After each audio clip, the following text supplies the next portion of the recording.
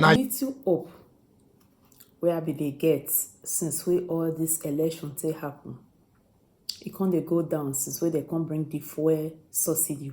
So they call them. And then waiting that they succeed and waiting that they lost. Because me, I don't know. Now, Buhari don't contend Nigeria. The reason why I be say in wait me if I come up for the seats. Me if I put it cut me. That's why I talk. Me if I put in own group member before they go come out the subsidy. And more than say waiting Kenneth Okonkwo get to talk about this. Because this is just too much. Why? What has Nigeria done to decide this? This is heartbroken. On this development, good to have you on Rise News again, Kenneth. Good to see you. So, thank you very much. Let's get started. And thank you, viewers at home, for joining us. Awesome. Good to see you looking good.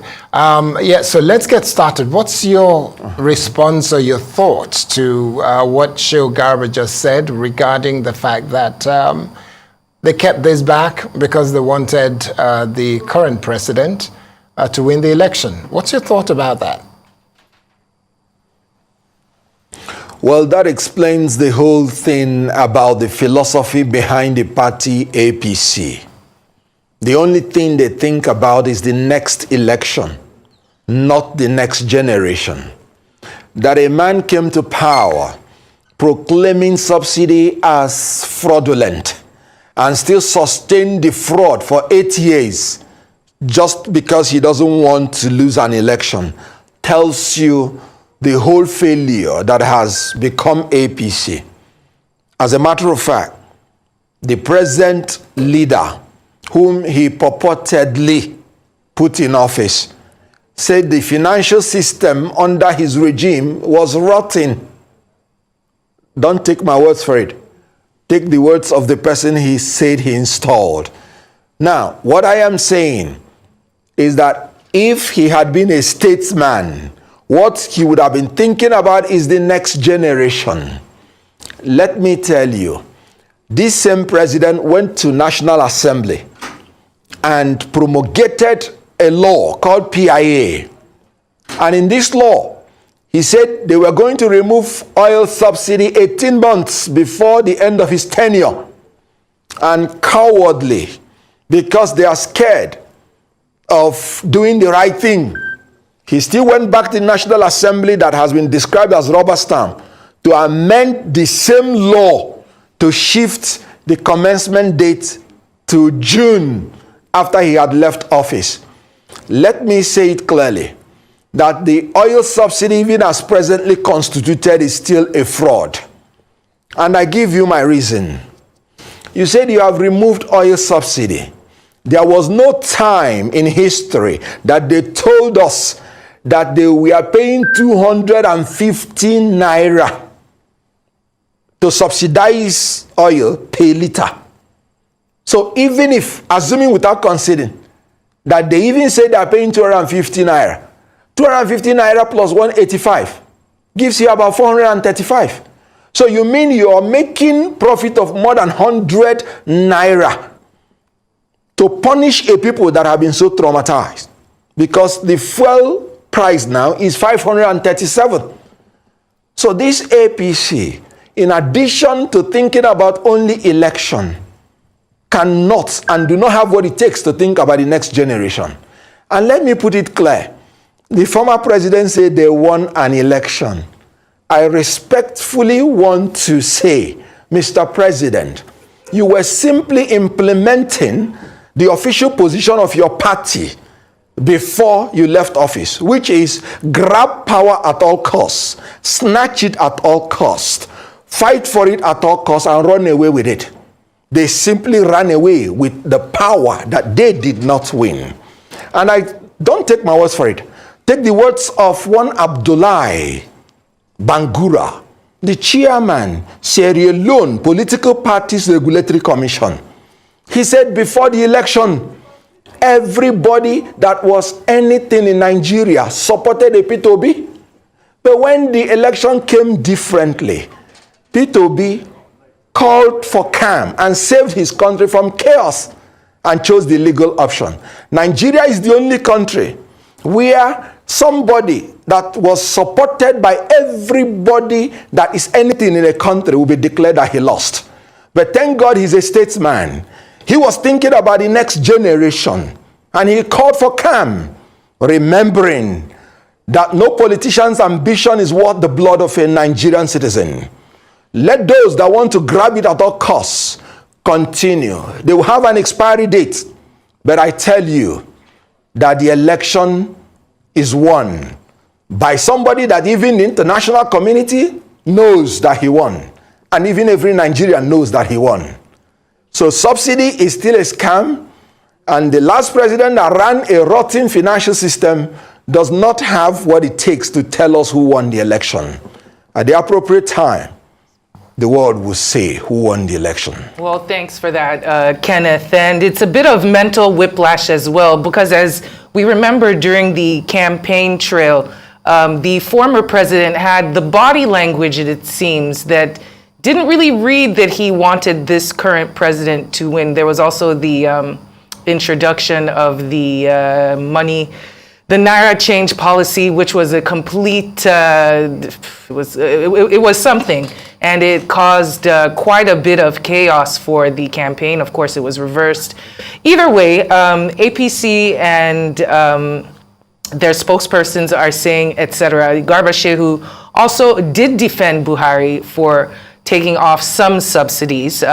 He included, let me get the list of it, the electricity subsidy, the fertilizer subsidy, the Hajj Christian pilgrimage subsidies, cooking gas, etc.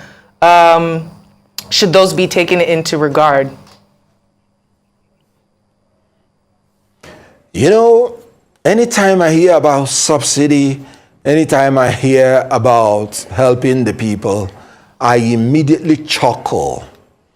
Because subsidy is now a nomenclature with which the ruling class used to defraud the people. You heard him also when he established a social investment scheme. And he said he was going to take 100 million people out of poverty. But he ended taking 133.3 million people into poverty. Because the purported sharing of the money was not to the poor, but to the rich. And that is why I do not want to hear anything about sharing the money. I want to hear, if you say you have removed subsidy, I want you not to increase my electricity tariff. Because the only reason you say we should absorb the subsidy is because you said you will use it for electricity. You will use it for roads. You will use it for water. I came out from my house, the light was dark. And you want to increase tariff. Then what are you using for the subsidy? I do not want to hear sharing of money. Please, use this subsidy you have ended. Increase the salaries of the civil servants. Let us see tangible, verifiable, and accountable issues that we can hold you responsible for. Not invisible sharing of money to invisible human beings that lead the poor people into more poverty and enrich the corrupt class in a more intransparent way. So please, I do not like hearing anything subsidy. It has become a nomenclature for corruption. So, as you were saying, even the president at a time passed a vote of no confidence on the people that speak for him. He said they are not doing a great job, and they did not do a great job portraying even the little he did. And you know what? It was not just his spokesperson. Everything about him was a failure. And the failure is being transmitted to the next generation of the leaders he has imposed on us, which have become, even in a very short while, unmitigated disaster. Okay, so what do you think the president, the current president of the Federal Republic of Nigeria, though I know that the Labour Party is contesting that, but what do you think he should be doing in the coming weeks as your case has been wrapped up? You're expecting their case to be brought before the courts and presented.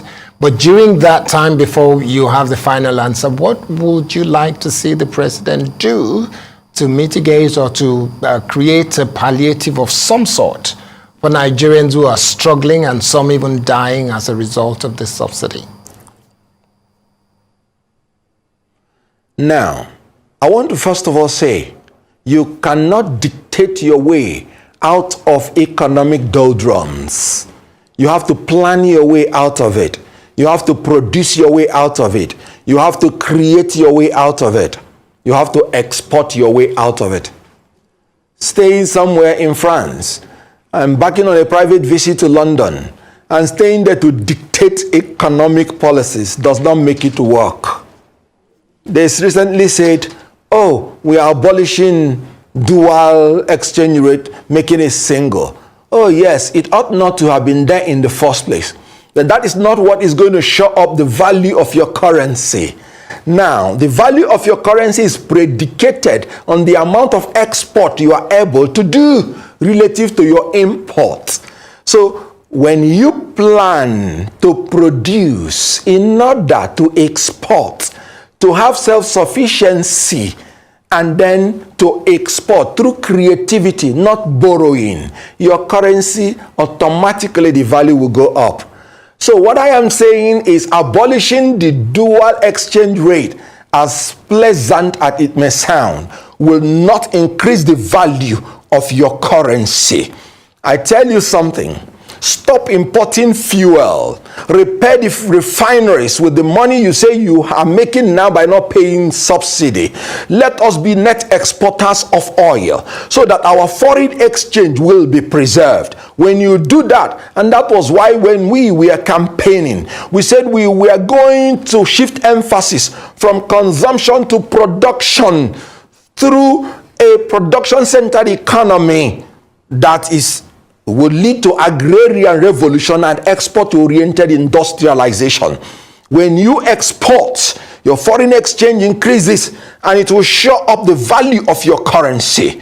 You don't dictate it out of existence. You plan, you organize, you direct, you control your economy to ensure that your currency becomes strong.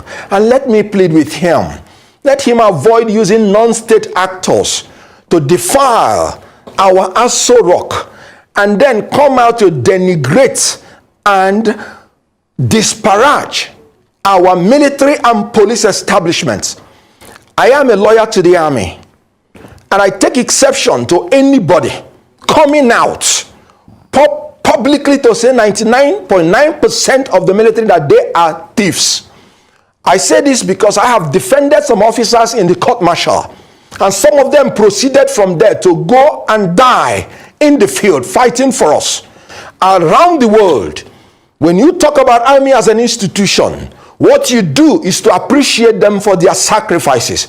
And I use this opportunity to tell all the military men and paramilitary that are dying for us, we love you, we appreciate you, you are the best fighting force in Africa, and nobody can take that away from you.